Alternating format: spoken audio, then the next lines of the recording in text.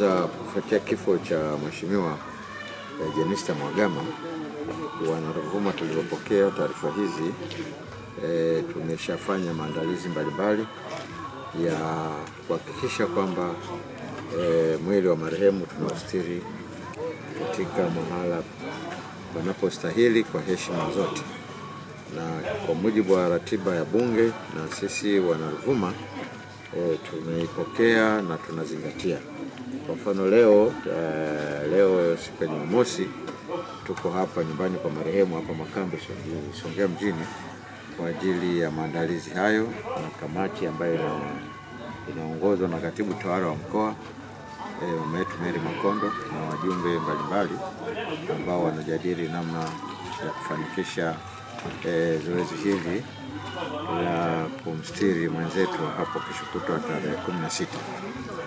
Na hatua ni nzuri na maandalizi yanaendelea vizuri hapa Makambi, lakini pia kule Parangu ambapo Jumatatu mwili wa marehemu utafikishwa pale katika kanisa kule Peramio na kule nyumbani kwao Parangu.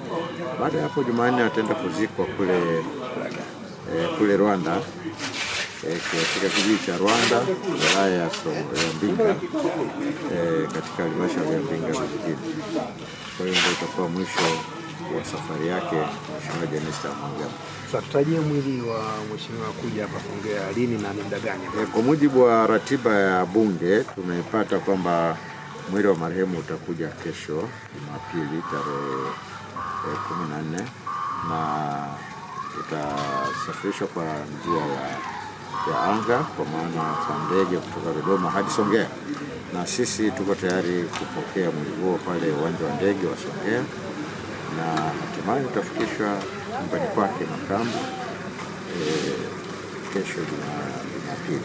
Sasa kwa wanafungia ambao wanatamani kukaa barabarani au kwenda kumpokea mheshimiwa, ni muda gani ambao unatarajia mwili utawasili?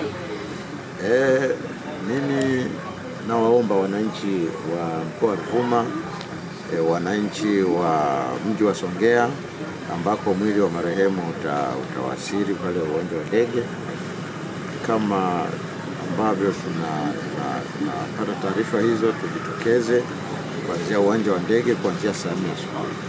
Kuanzia saa 4 asubuhi tujitokeze katika uwanja wa ndege na kuelekea Makambi. Kwa hiyo eneo lote la barabara kupitia soko kuu na kuja huko ofisi ya mkoa kuja huko Makambi, basi tunaomba wajitokeze kwa wingi kando ya barabara ili kutoa heshima zao za mwisho na ishara ya kumkaribisha na kumwaga ndugu yetu Jenista Mhagama.